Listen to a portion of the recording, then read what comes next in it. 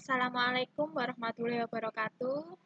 Mohon maaf anak-anak, video yang sebelumnya ada kesalahan dan tidak bisa diputar suaranya. Makanya di sini saya putar ulang, saya rekam ulang untuk video yang baru ya.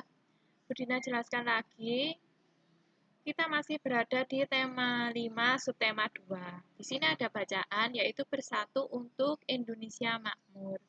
Isi bacaannya yaitu tentang wilayah Indonesia yang terbentang dari Sabang sampai Merauke dan memiliki keunikan-keunikan tersendiri di setiap wilayahnya, terutama untuk sumber daya alam yang terdapat di wilayah-wilayah Indonesia dan bisa dimanfaatkan untuk pembangunan negara. Kemudian di bacaan ini juga dijelaskan bahwa letak geografis Indonesia sangat memengaruhi iklim yang terjadi. Apa yang dimaksud letak geografis? Beda ya dengan letak astronomis. Kalau letak geografis itu berada di antara dua samudra dan berada di antara Di antara benua. Batas-batas wilayahnya juga kalian bisa melihat, kemarin sudah dipelajari ya di peta, bisa kalian lihat di sana, batas di wilayah utara apa, selatan apa, barat dan timur apa. Di sana ada samudra apa, kalian bisa melihat di catatan sebelumnya. Kemudian, karena letak Indonesia berada di wilayah geografis yang sedemikian rupa tadi, maka Indonesia itu hanya memiliki 2 musim. Tidak seperti negara-negara seperti Jepang, kemudian di Eropa itu bisa sampai punya 4 musim. Tapi kalau di Indonesia yang terletak di garis khatulistiwa hanya memiliki 2 musim, yaitu musim panas dan musim penghujan. Atau musim hujan dan musim kemarau ya, bukan musim panas, tapi musim kemarau. Lalu di wilayah Indonesia itu adalah merupakan negara agraris. Apa itu negara agraris? Yaitu negara yang memiliki banyak wilayah pertanian dan perkebunan. Jadi Indonesia memiliki banyak sekali komoditas alam. Seperti apa komoditas alamnya? Ya, kalian bisa melihat kalau di Kalimantan itu ada hutan-hutannya, hutan tropis ya. Kemudian ada hutan musim seperti hutan jati.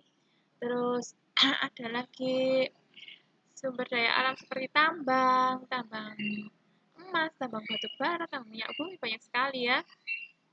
Lalu apalagi komoditas alamnya masih banyak sekali ya. Selain itu, kita lanjutkan di sini. Setiap daerah memiliki sumber daya alam yang berbeda-beda antara satu dengan yang lainnya. Kekayaan hasil hulunya nggak perlu diragukan lagi. Makanya untuk mengelola sumber daya alam tadi itu juga dibutuhkan sumber daya manusia dan yang bisa mengelola dengan baik.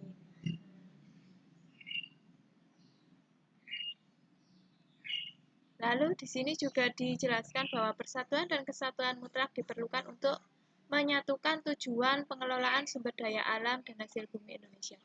Jadi tanpa adanya persatuan dan kesatuan, sumber daya alam ini nggak bisa dikelola juga ya, terjadi perpecahan, terjadi perebutan hasil hutan seperti itu. Jadi nggak ada yang bisa dicapai kalau tidak ada persatuan dan kesatuan. Jadi kemakmuran pada akhirnya tidak akan bisa dicapai oleh penduduk Indonesia. Karena sumber daya alam sendiri juga bisa dimanfaatkan untuk sebesar-besarnya kemakmuran rakyat ya.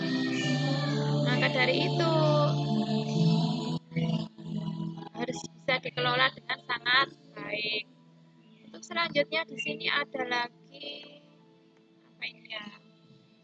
Ini ada ekosistem. ada banyak sekali ekosistem darat ya di sini. Ekosistem darat yang bisa kita pelajari. Yang pertama ada ekosistem hutan hujan. Kalian pasti sudah memahami ya.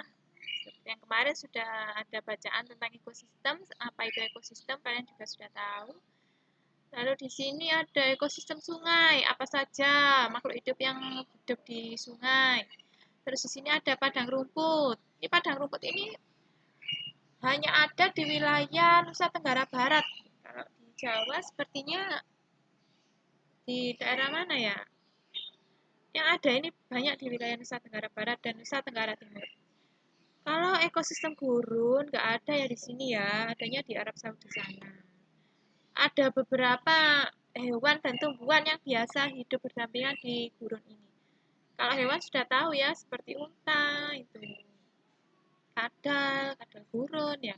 Terus kalau tumbuhan itu biasanya kaktus. Kaktus, kalian tahu pohon kaktus? Dia punya daun yang mirip seperti duri. Itu sebenarnya bukan duri, tapi itu adalah daun. Tapi bentuknya seperti duri. Untuk apa tujuannya? Karena dia beradaptasi secara fisiologis untuk menyesuaikan diri dengan lingkungannya. Jadi untuk mengurangi penguapan yang ada di dalam tubuh tumbuhan tadi, makanya dia punya bentuk daun seperti duri. Beda dengan daun yang ada di sini, di wilayah kita, daunnya lebar-lebar semua ya. Kalau di gurun beda, seperti itu. Kemudian ekosistem tundra, seperti yang kalian lihat di gambar. Tundra itu seperti ini. Ini ada saljunya, putih-putih ini ada salju. Jadi hanya ada di wilayah kutub. Di ekosistem tundra ini nggak ada kayaknya ya tumbuhan yang bisa hidup kecuali lumut saja. Dan tumbuhan tertentu yang sangat terbatas. Karena nggak bisa hidup di es, di atas es. Lumut yang banyak di sini. Lalu ada ekosistem taiga. Ekosistem taiga itu cirinya biasanya memiliki tumbuhan yang daunnya itu runcing seperti ini, seperti cemara gitu ya. Selanjutnya kita pelajari lagi ada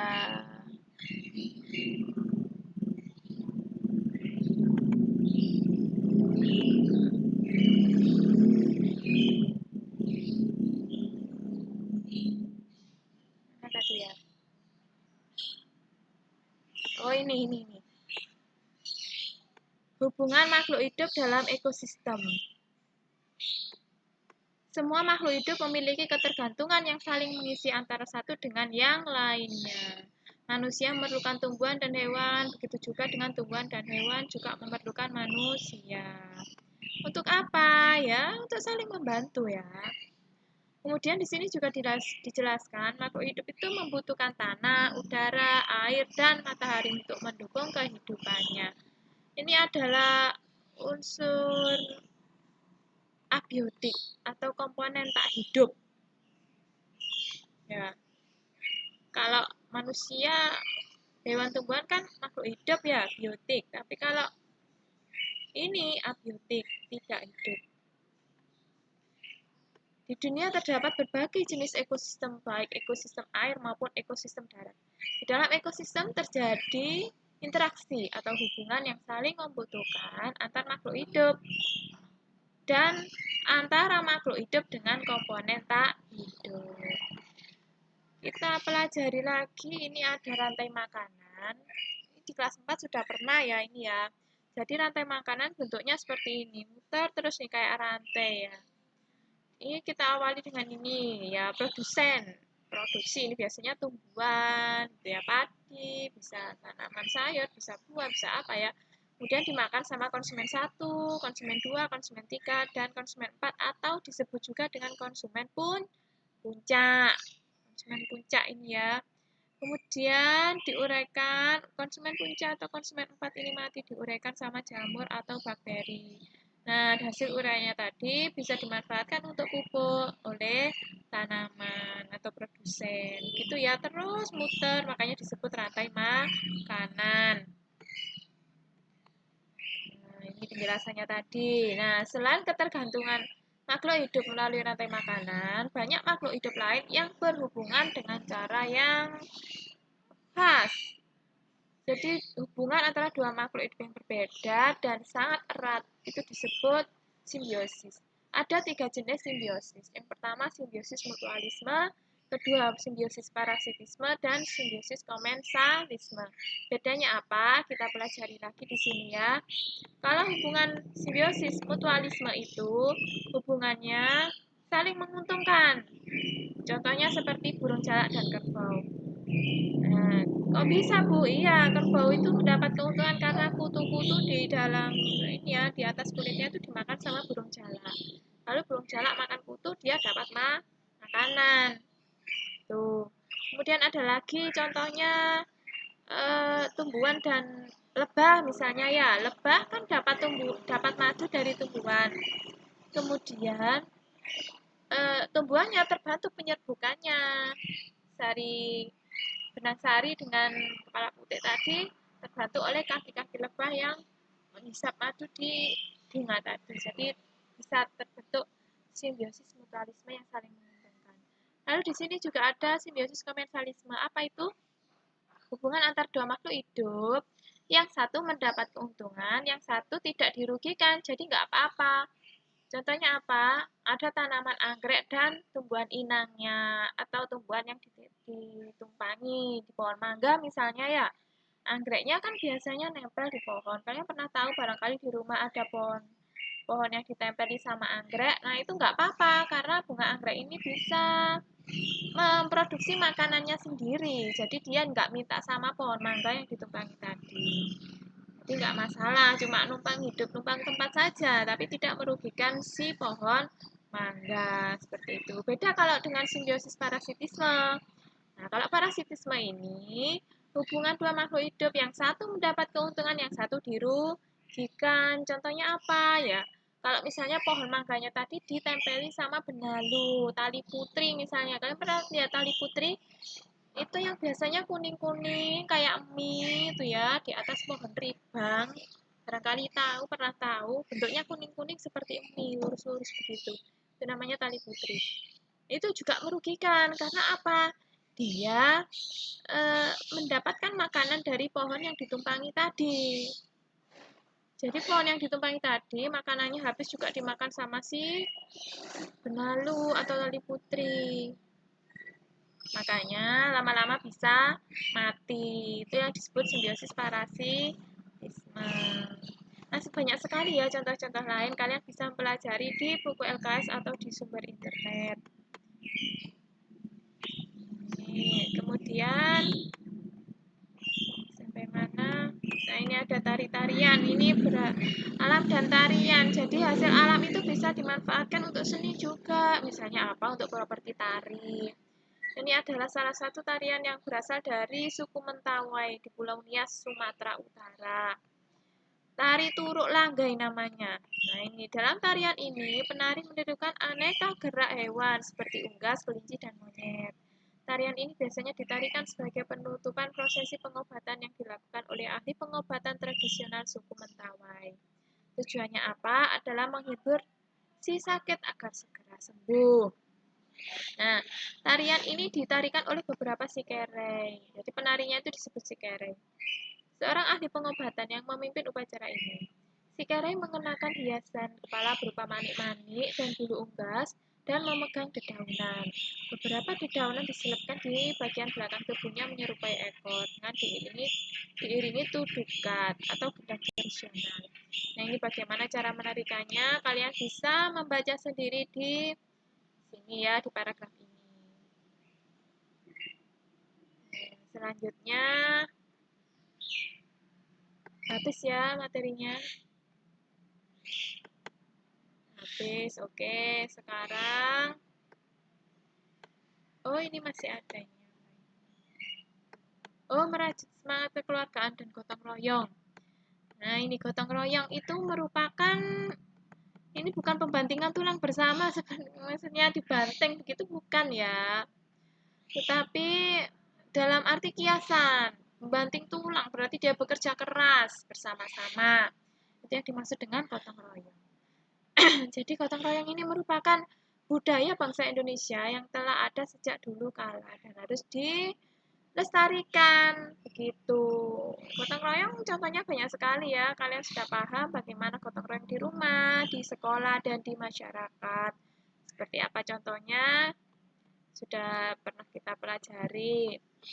Kalian tinggal mengulangi lagi ya, ini gotong royong di lingkungan sekolah, di lingkungan rumah ya. Nah, sekarang tugas kalian adalah merangkum apa yang sudah Budina jelaskan tadi. Yang ada di subtema 2 ya tadi ya. Kalian rangkum, tulis di buku tulis masing-masing. Nanti hasilnya difoto, dikirim ke kelas Google. Jangan lupa memakai seragam merah putih pada saat berfoto. Sekian, Assalamualaikum warahmatullahi wabarakatuh.